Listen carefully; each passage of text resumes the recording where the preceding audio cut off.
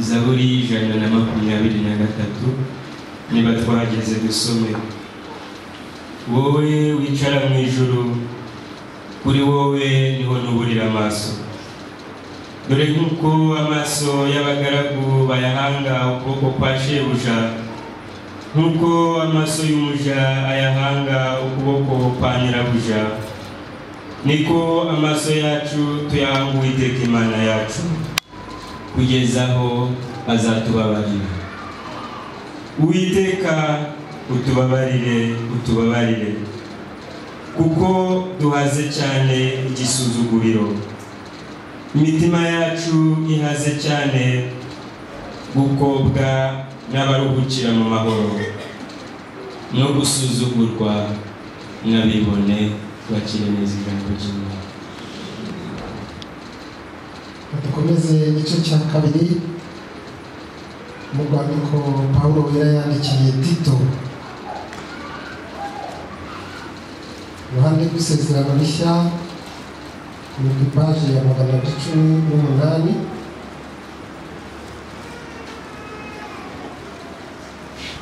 Hanyuma turasoma igice cya Tito cya 3 duhereye ku murongo wa 4.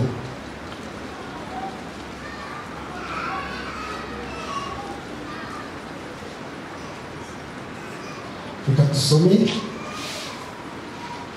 Nyamara kugira neza kw'Imana umukiza wacu n'urukundo ikunda abantu bibonetse, iradukiza itabitewe n'imirimo yo gukiranuka twakoze, ahubwo kubw'imbabazi zayo idukirisha kuhagirwa, ariko kubyago bwa kabiri bikadukirisha no guhindurwa bashya n'Umwuka wera, uwo yahaye Yesu Kristo umukiza wacu, uducuncumuriraho cyane kugira ngo dutsindishirizwe n'ubuntu bwayo, duhere ko tubabaragwa dufite ibyiringiro byo kuzahabwa ubugingo buhoraho. Iryo jambo ni ryo kwizerwa, kandi ndashaka kuhamya ibyo ubikomeyeho cyane, kandi ndashaka kuhamya ibyo ubikomeyeho cyane, kugira ngo abizeye Imana bagire umwete wo kumaramaza gukora imirimo myiza. Ibyo ni byo byiza, kuko bigira icyo bimarira abantu bakiri neza ijambo ry'Imana. Turakomeza.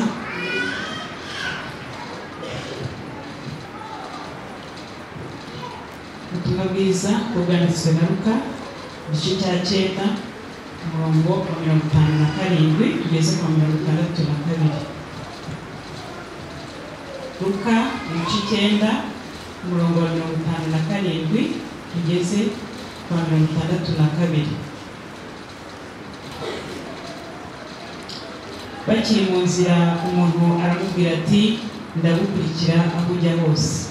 Yesu aramubwira ati, ingunzu zifite imyobo n'ibiguruka mu kirere bifite ibyari, ariko umwana w'umuntu ntafite aho kurambika umusaya. Maze abwira undi muntu ati, nkurikira. Nawe ati, databuja, reka mbanze ngende mpambe data. Yesu ati, reka abapfuye bihambire abapfuye babo, ariko weho genda ubwiriza abantu iby'ubwami bw'Imana. Nuko undi muntu nawe aramubwira ati, ndi bukurikire databuja, ariko reka mbanze mare gusezera kuri iwanjye. Ariko Yesu aramubwira ati, nta muntu ufashe isuka ureba inyuma ukwiriye ubwami bw'Imana. Bakire neza ijambo ry'Imana. Muri iteraniro ryayo, Imana burya niyo yaguhamagaye, niyo yamuhamagaye. Imana niyo yaduhaye uyu mwanya, ntabwo ari twebwe, ntabwo ari imbaraga zacu. Rwose njya mbikuye ku mutima agashima Imana iba yatwemeye ikareka tubahura buke. Hari ikintu mutazajya mubona nk'ibisanzwe, kubona twese mu mbaraga z'Imana, mu buntu bw'Imana, idukura muri bya bitotsi, dukura muri ya mirimo, dukura no muri za shuguri zitandukanye z'ubuzima, tukarinda ubugingo bwacu. Haba ku cyumweru tugahura tungana gutya, nibyo gushima Imana. Ndashima Imana ku cyumweru ntabwo njye nabaye hano, ariko ndashima Imana iteraniro ryagenze neza kubera abana b'Imana. Buri wese muri mwebwe afite uruhare rungana n'urw'uwundi, nta muntu n'umwe urusha uwundi uruhare hano. nkunda kubivuga nubwo waza ukicara gusa umurimo urimo urakora ntabwo ushobora kuwuvaluwa ngo ushyire mu w'agaciro ushoboye. Nubwo waza ugaceceka ntugire icyo uvuga uba urimo urakorera Imana. Imana ibawumugisha. Ndashimira mwarimu ibyo tuyoboye iteraniro, Imana imugirire neza. Ndashimira n'abamaze kudusomera ibice babisomye neza.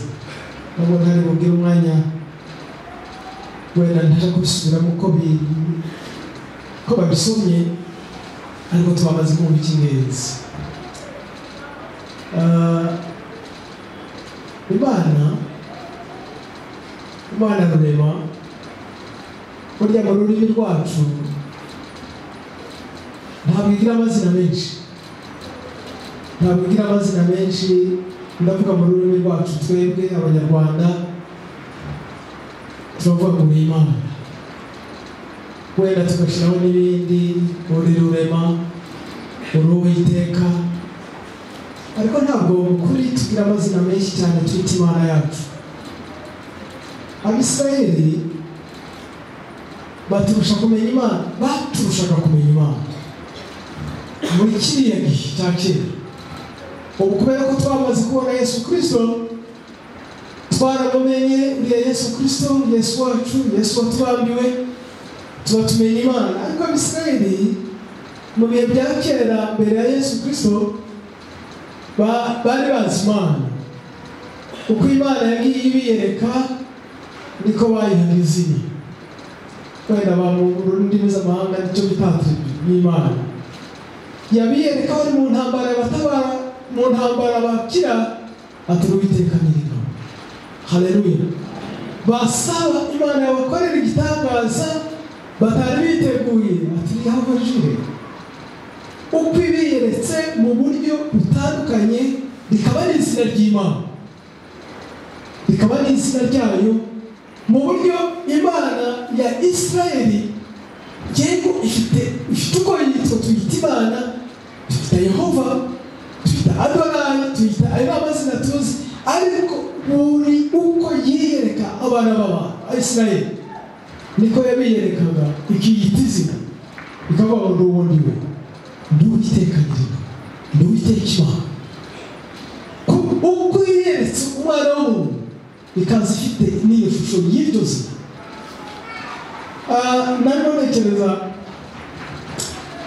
Narimo ntekereza Imana itwita gute? Muri twebwe ufite amazina menshi afite amazina atatu. Cyakora abana barimo baravuga uyu munsi bashobora kuba bafite n'atanu. Mujya mubyumva iyo baje kutubwira baje kurangiza twibagiwe irya mbere. Tuzi kwita abana amazina meza. Imana yacu nziza idukunda yatubyaye, ikaturema, ikatubyara, ikaduha Yesu Kristo, naye mazina itwita. Aiza, ikiva amazina bwawe ntabwo wayamenya, nanjye sinayamenya. Ariko uko natekereje, ntabwo byanditse, nibyo ntekereza njyewe. Imana yanjye uburyo inkunda, uburyo igukunda, njyewe ntekereza ko uko imbonye hora icyiza, uko njyewe niko njya ntekereza Imana. Wowe ntabwo nzi uko ujya uyitekereza, kandi nkagira ngo niko kuri. Uko imbonye nyikoreye ikintu cyiza cyangwa nkoze icyiza, kuri njye numva mpamagaye muri iri zina, kubera ko ni Data. Haleluya. Yewe nubwo wenda bishikira ko rimwe na rimwe nananirwa no kubyumva, nagize intege nke, kuko akunda umuntu yasanga umwana yananiwe kubyumva, njye nibwira ko nkoraho ikampamagara mu izina ntabasha kumva, imbwiza ijwi ry'imbabazi n'izina ryiza ry'imbabazi.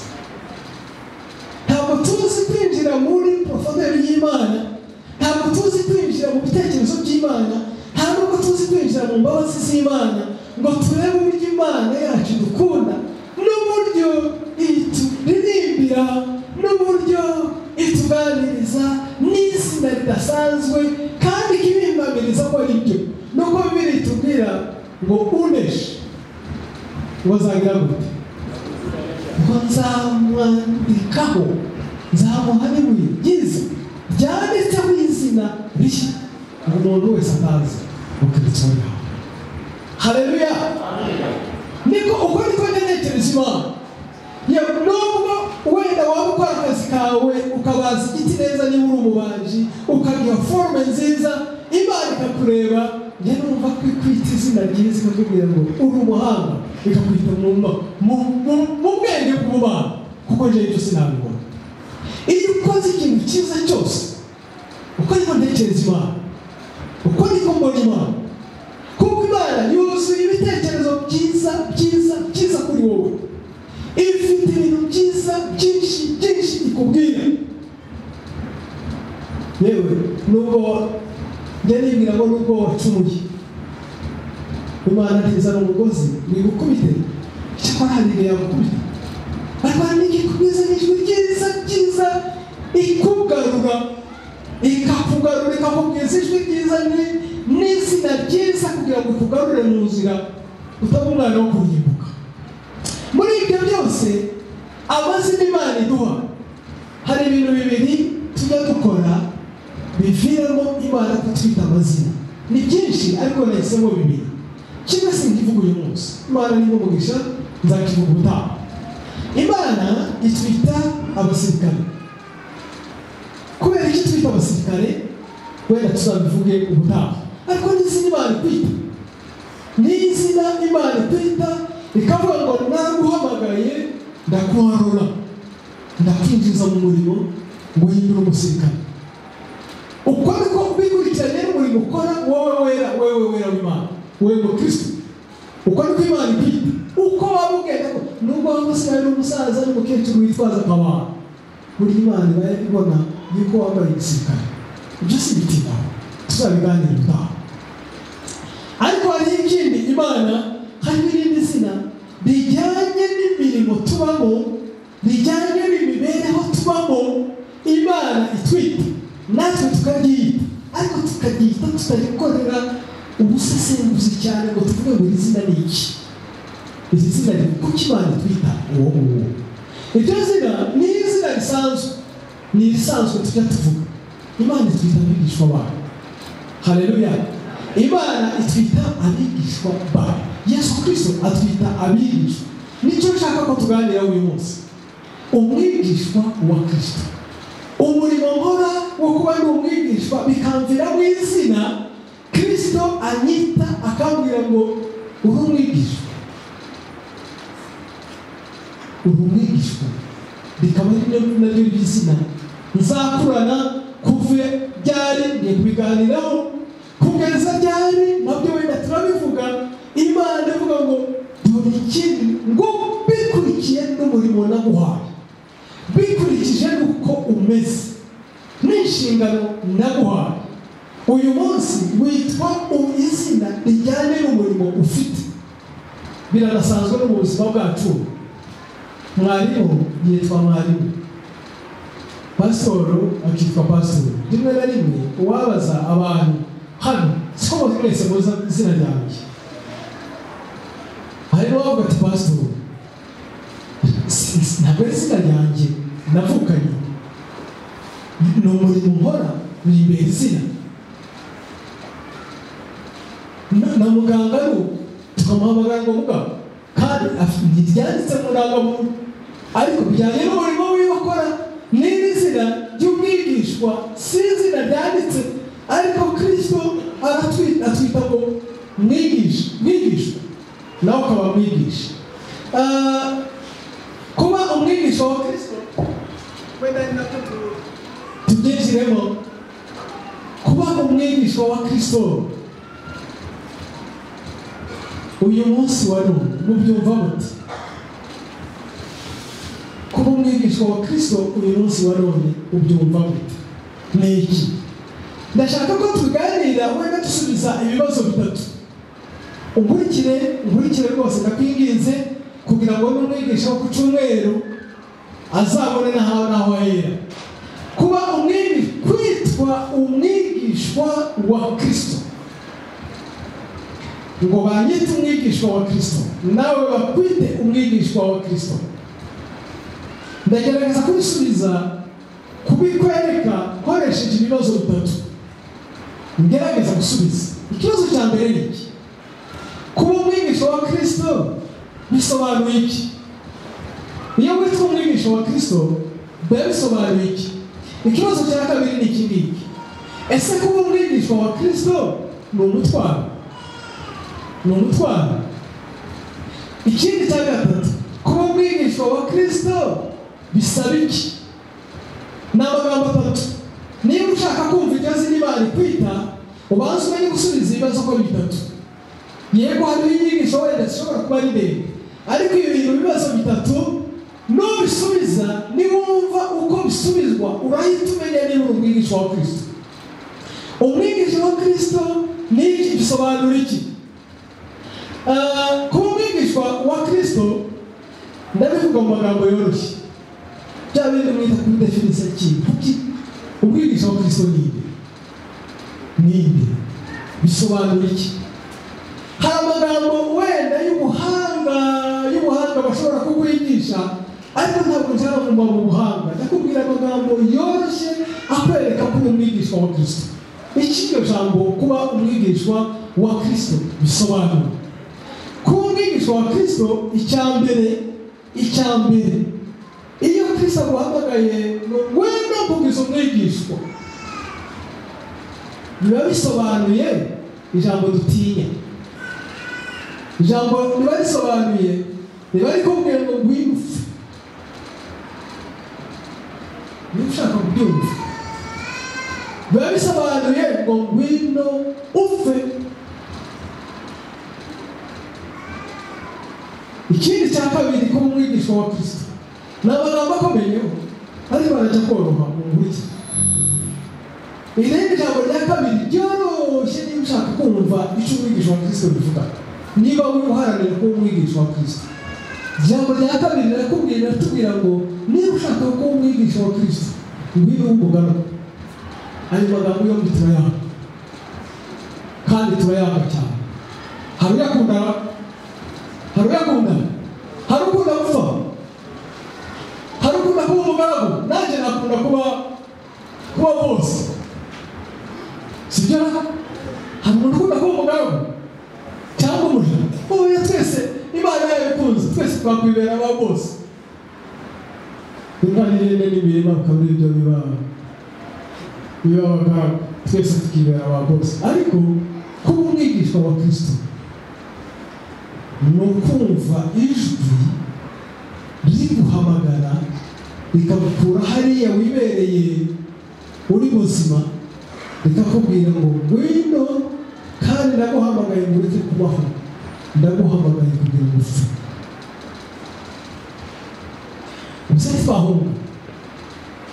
Ikindi cya kabiri, ukumva ijwi riguhamagara rikakubwira ngo va aho ngaho uri, wigenga, wiyoboye, uri bose, ngwino wemere ube umuja, ube umuganga.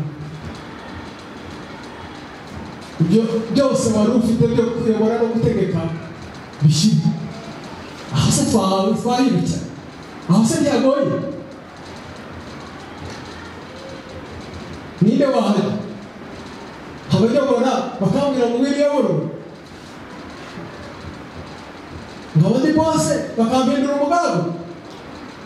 Ariko niko ijambo ry'Imana ritubwira kuba umugaragu nuko ngwino upfe. Ariko Bibiliya ikitubwira ntabwo ari ukugufa k'umubiri, ntabwo ari ukugufa k'umubiri wenda mutaje kubitinya ngo iyo umuntu abaye umwigishwa, yego natwe dukurikira inzira imwe y'abantu. Ariko kuba umwigishwa, niba ushaka kuba umwigishwa, ko Kristo akwigisha akaba umukristo, ukitwa umwigisha, ukemera iryo zina, Imana irakubwira ngo uraza upfe rwose kuri bya bindi byose byakuyoboraga mu butamenya Imana. Ibyo bya bindi ni rya jambo Pawulo avuga abwira Abagalatiya ngo igice cya 2:20 biravuga ngo napfanye na Kristo, ngo ariko ngo ntabwo ari njyewe uriho, ngo ni Kristo uriho muri njye. Haleluya. Napfanye na Kristo, si njyewe uriho. Nubwo ndiho ngenda, ariko ukuri ntabwo ari njyewe uriho, napfuye njyewe ubwanjye, ni Kristo uriho muri njye. Yesu nashimwe cyane. Nguko uko Kristo aduhamagara niba dushaka kuba abigishwa be. Nigeze kubaha ubuhamya hano, ndabyibuka, ndabuvuze inshuro nyinshi. Umuntu waje kuduha ubuhamya nawe yari mukuru wabo. Umuntu wari umurwanyi cyane ari umurwanyi akubita abantu bose kubera ko ari igihangange.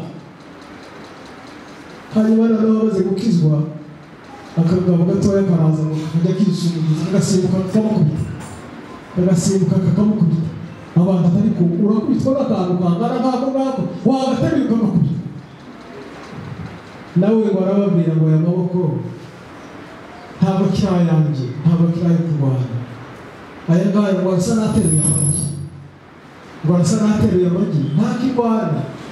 Ninyarekura amagara ameneka, ubu ngubu nakubitwa nkabiri, yarapfuye uwo nguwo. Uwari uwapfuye. Ikibazo tujya tugira muri uwo Kristo nuko tujya twinjira mu Mana, ariko nanone na za karakteri zacu ziriya, na bwa buzima bwacu bwiriya, na ya mahane yacu yose yiriya, na bya bitatu byose by'iyo ngiyo, na ya mivumo yose n'ibyo ari byo byose, uko waje ugahita wimuka naha kuri alitari ugahita uhagera, no muri korari ugahita ukaragiramo, no mu badiyakoni ugahita ukaragiramo, no mu bakuru ugahita ukaragiramo, n'ikanzu ugahita yambikwa ukiri iyo ngiyo, nta na kimwe wigeze upfamo. Ngiki cyo kibazo wenda niho hatandukanye, ariko mukuri umukristo, umwigishwa wa Kristo, uwo Kristo yita umwigishwa we, ni wa wundi bya bindi bya mbere byapfuye. Ni uwundi muntu, si uriho, ni Kristo uriho muri we. Izina ry'Imana rihabwe icyubahiro. Turacyari kumwe? Turi kumwe? Urishira ku munzani umenye niba uri umwigishwa wa Kristo cyangwa niba utari we. Niba ukiri wa wundi wa kera, sinzigera nibabwira, nabyo wenda narabibabwira.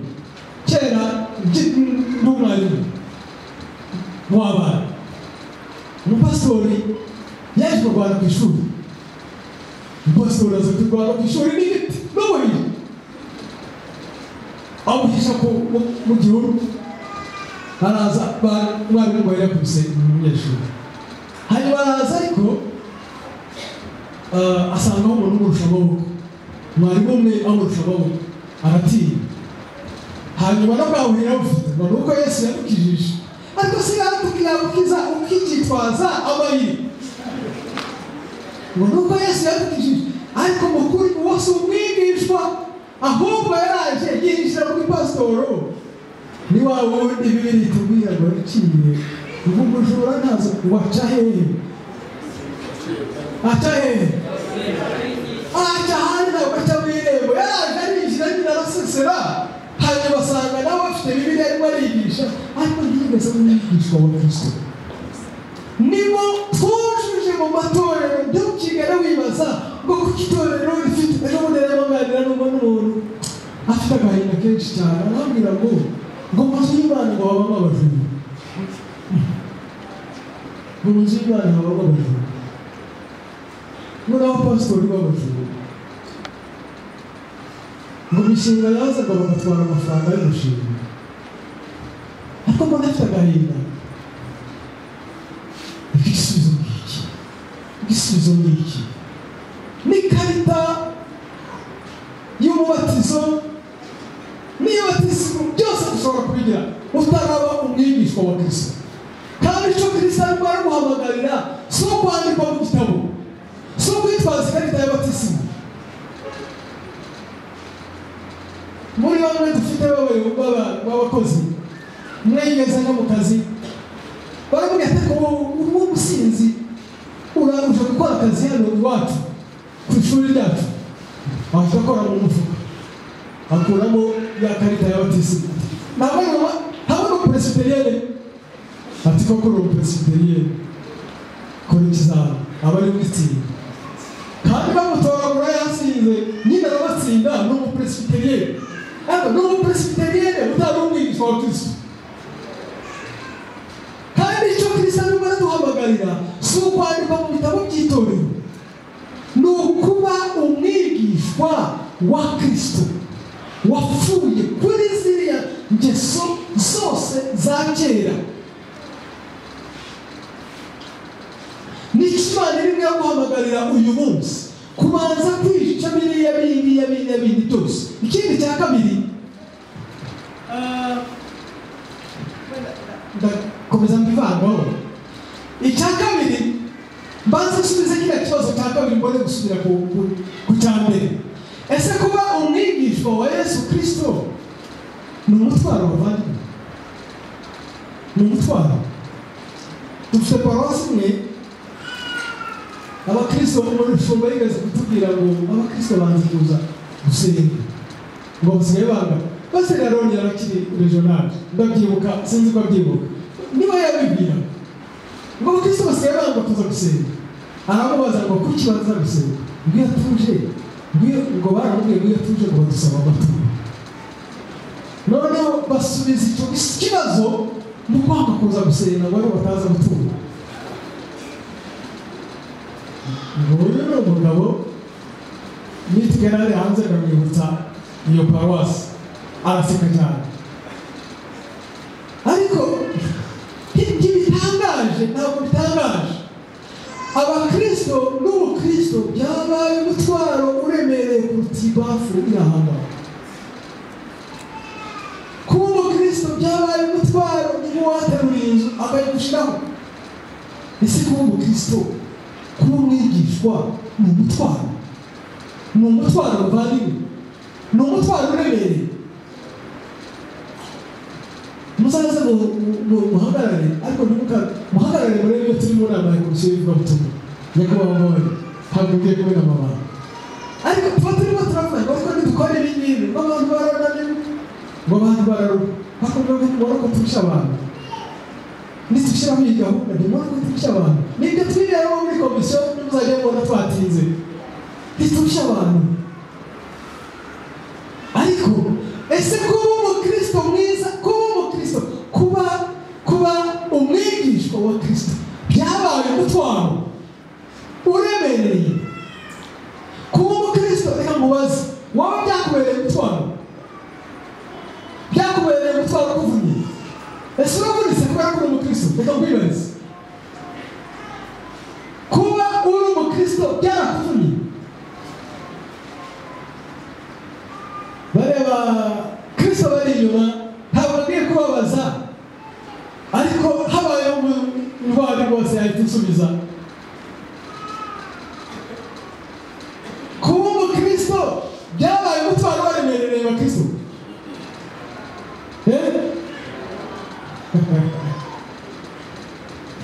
mwebwe bari hari inyuma kuba umukristo byabaye umutwaro uremereye? Imana ishimwe ntabwo byabaremereye ariko ku bantu benshi kuba umukristo byabaye umutwaro uremereye cyane, umutwaro wenda kubica, umutwaro uvunnye cyane. Nta kindi kintu kibaremereye ko kuba umukristo. Niyo bagiye kuruhuka baruhuka umukristo bagakora ibindi kuko ari byo biremereye. Niyo bagiye gushaka akabureshi gatoya ko kuruhuka baruhuka umurimo w'Imana kuko ariwo baremereye. Erega mujye musubiza ikibazo uko bakibajije uko kimeze. Niba umva mbabwire bavandimwe kora imirimo ibiri itatu kavuga ngo reka nduhuke undemerereye niwo nduhuka kugira ngo umubiri wanjye uruhuke. Abantu impamvu baruhuka ibya Kristo baruhuka ibyo kuba umukristo ariho babona ho gusinzira, ariho babona ho kuruhuka. Uwaba haritse gatoya nuko ariho havunye, nuko ariho habaye umutwaro, nuko ariho habaremereye. Kuba umukristo byabaye umutwaro, kwicara mu rusengero byabaye umutwaro, gutinda mu rusengero byabaye umutwaro, umuntu ashobora kwicara ku ntebe agahaguruka akaja hanze gatatu kane kwicara mu rusengero byabaye umutwaro kuza inshuro ebyiri eshatu mu rusengero byabaye umutwaro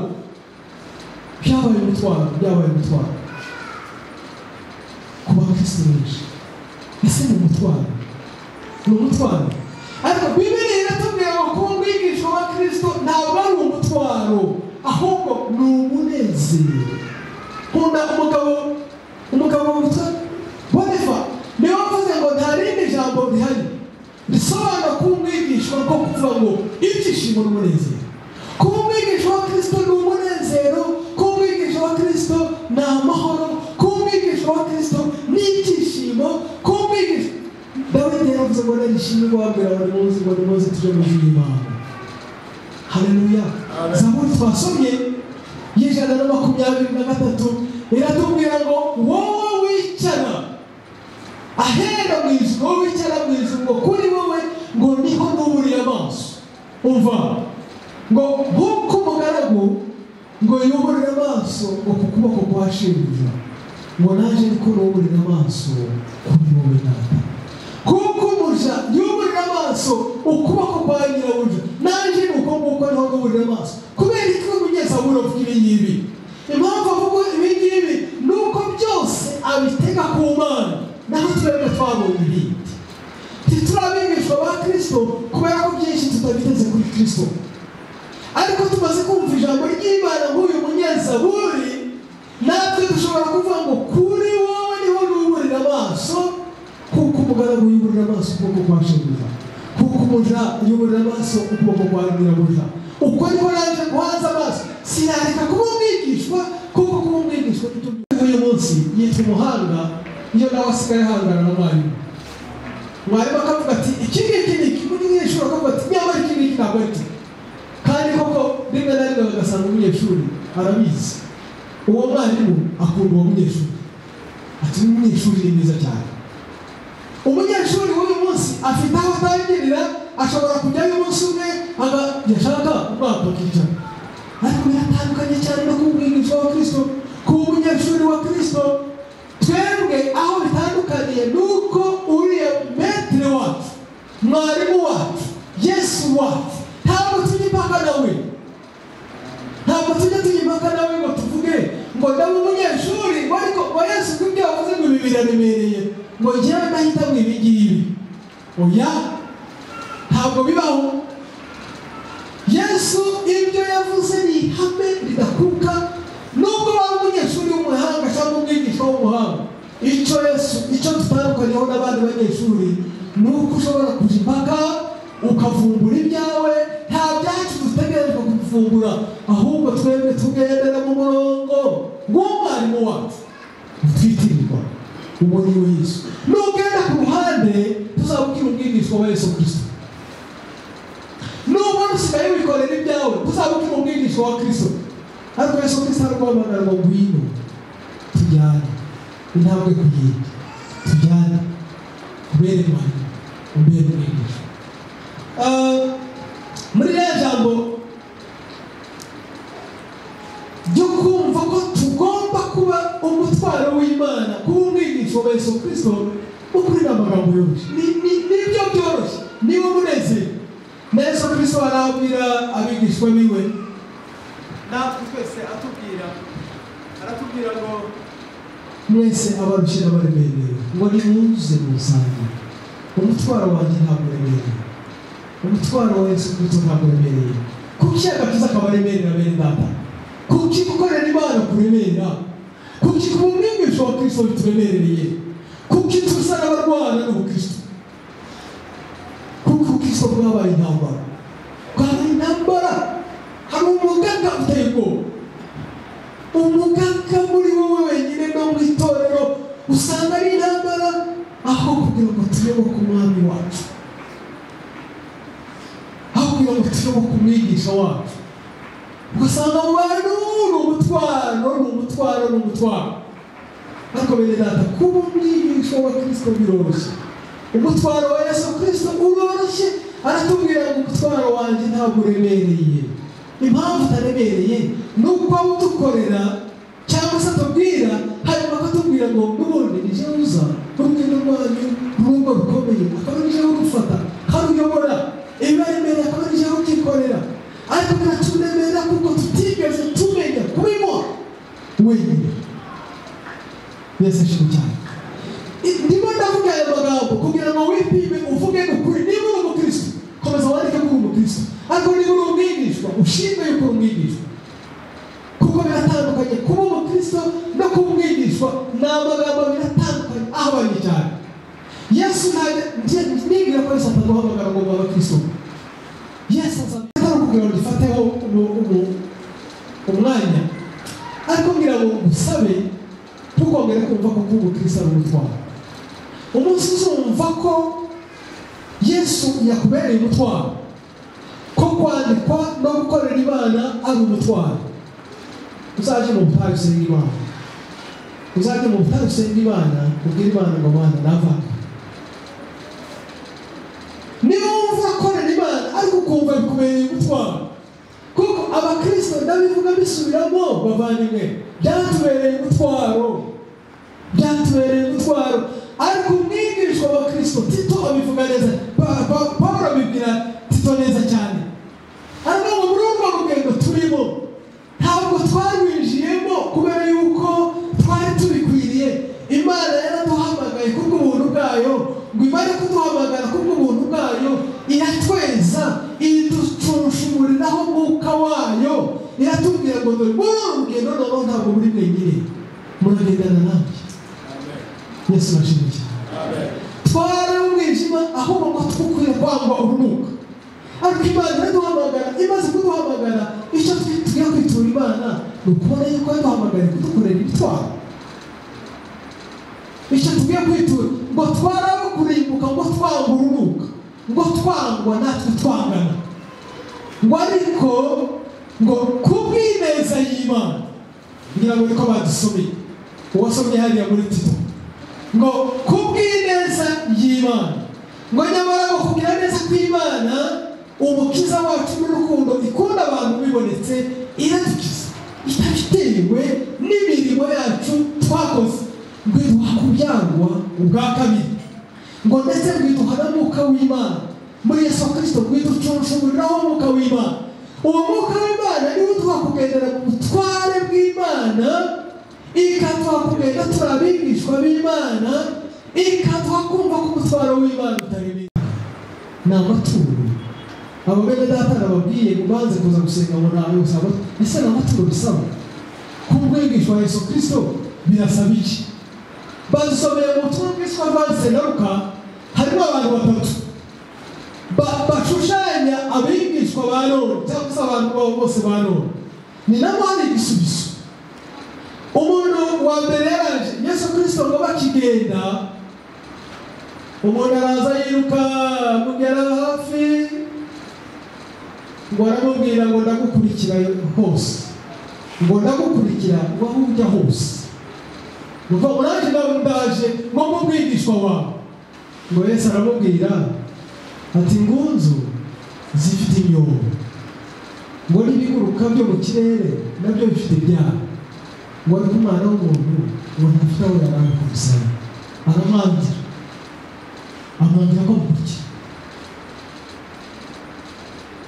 Kubera iki yamwangiye? Kubera iki uyu muntu araje ati ndagukurikira uzajya hose mwami? Yesu aramubwira ngo umwana w'umuntu ntafite aho yarambika umusaya, ko none ari wowe ushaka, ko ushaka ibyo, ko ushaka inyungu muri ibi ngibi. Erega Kristo aratumenya mu mitima, Kristo aratumenya, amenya impamvu waje. Umuntu umwe mu bayobozi yigeze tunenga cyane abapastori turi mu nama, aratubwira ngo yaba muri koperative irahomba, birasanzwe yuko abantu bacuruza bagahomba. Noneho umwe muri bagenzi be ngo arababwira ngo ariko muri koperative yacu turi guhomba, ngo mwanditse tukishingira idini gukora ibyo bitegera ihomba. Nuko uwo muyobozi aramubwira ati ntabwo uzi icyo ukora, ati niba ushaka gucuruza ibidini kandi ni umurage,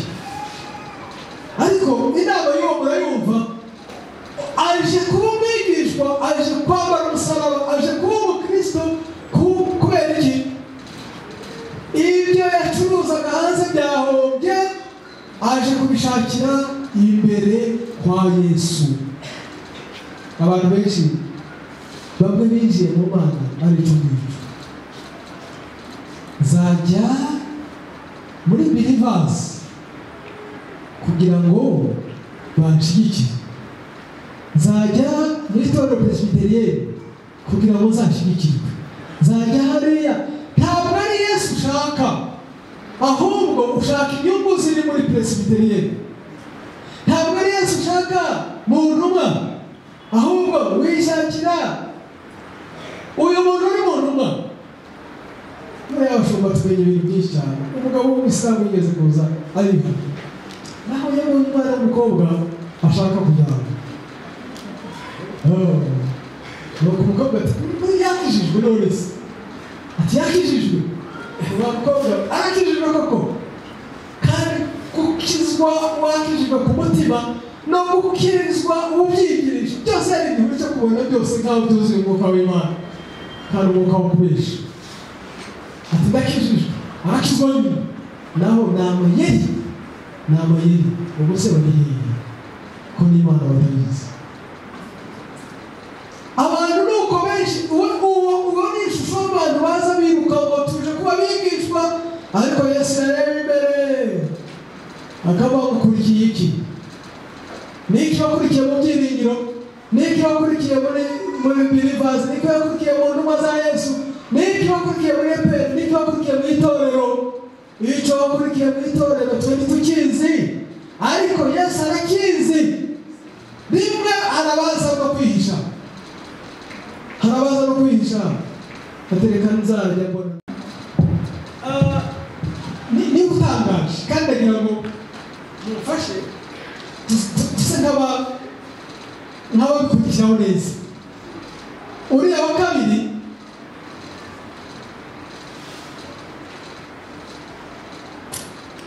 afite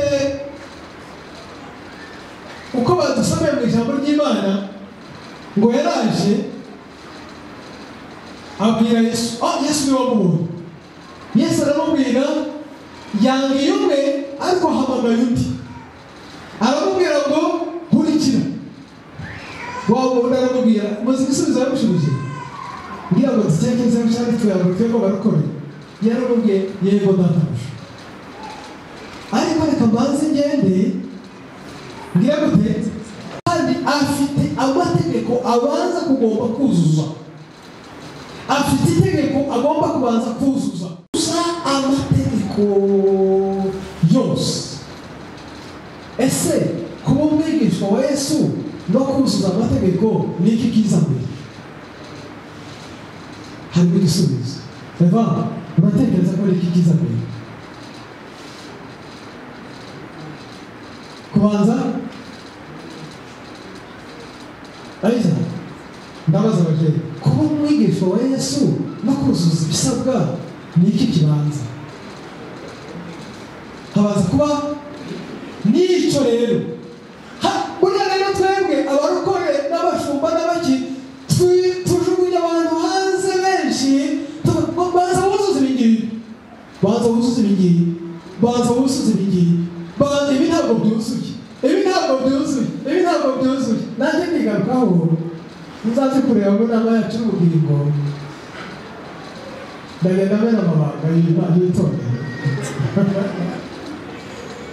Banza wuzuza ibingibi byose ugaruke winjire. Ariko bavandimwe, icyo ijambo ridukosoraho ni iki?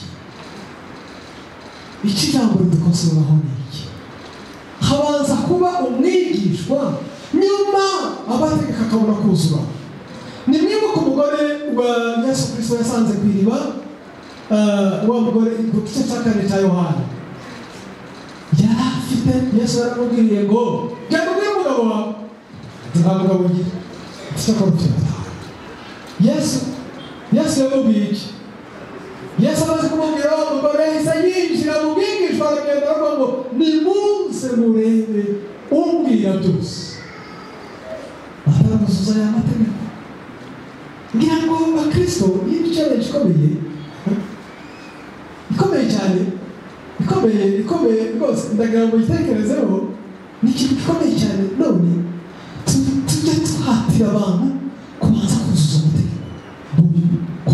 kora iki nyuma aho oya habanza kuza umuntu akemera akamumwigisha akiga kuko biratinda akagenda yiga uko yiga niko ariki uko yiga niko ariki ariko ntawe ubanza kuzuza amategeko ngo abone kugaruka ngo bumwigisha ibyo ntibizakunda kuko ninde uzagufasha.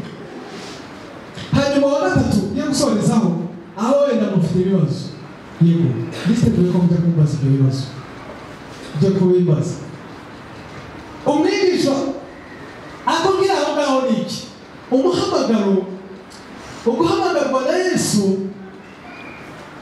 uguhamagarwa na Yesu mukuri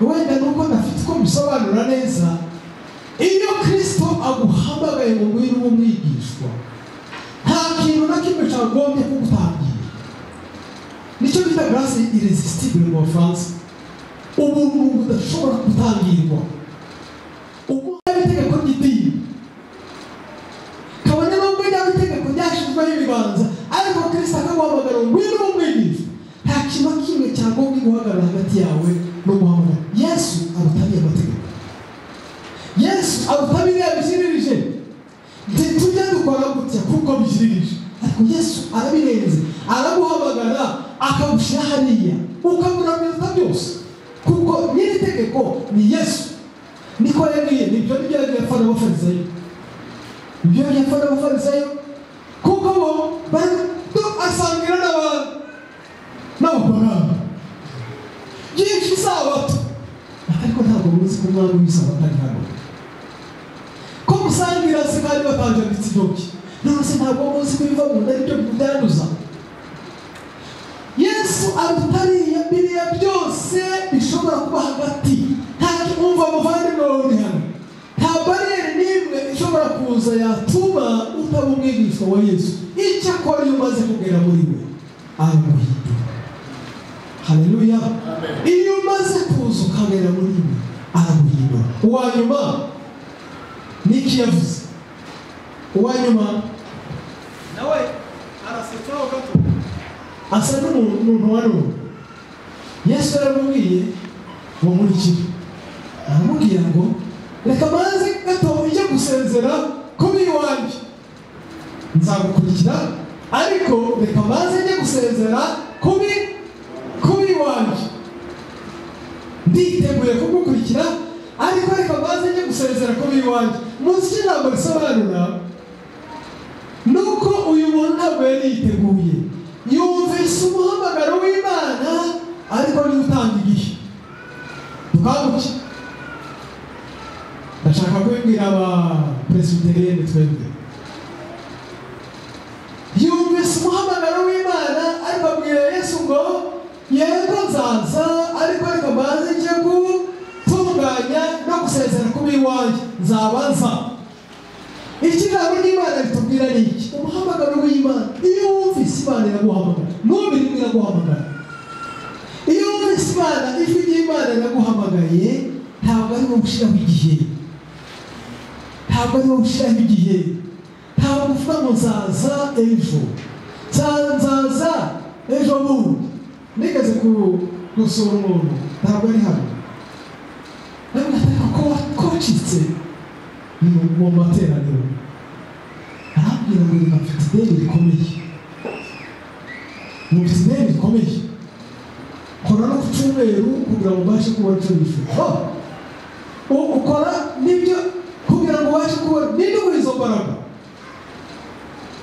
nzaza gukorera Imana nimara gutunganya iby'iwanje. Umva wowe nshuti uri hano kubwiza ukuri kw'Imana Imana ntiyitaye ku byawe iyo utaye gushize imbere iragukunda igashaka ko ibyawe bitera imbere bijya imbere kandi bikajya imbere cyane ariko iyo umuhaye igihe Yesu ntacihanganira. Haleluya haleluya.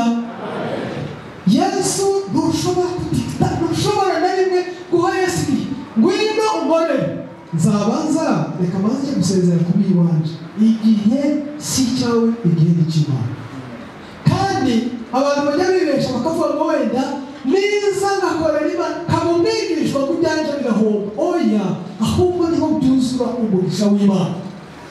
Ni bangahe dufite mu itorero n'abapresbiteriyeri ndavuga presbiteriyeri kuko ariho turi. Abakristo bangahe bagiye bashyira ibintu by'Imana hirya bakabivuga ejo ko bazabikora.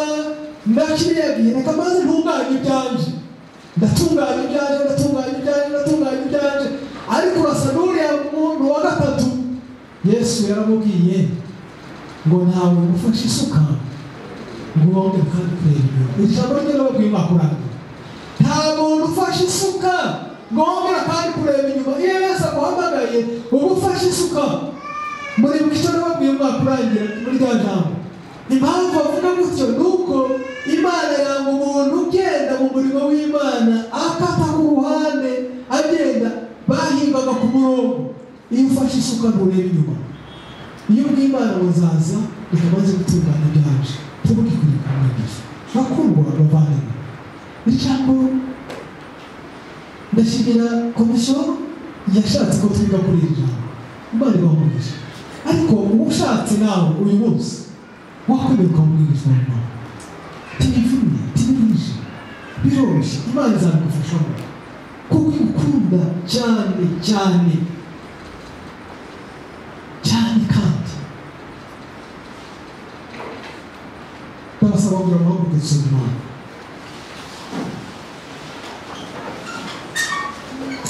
Mana data twese uri mu ijuru,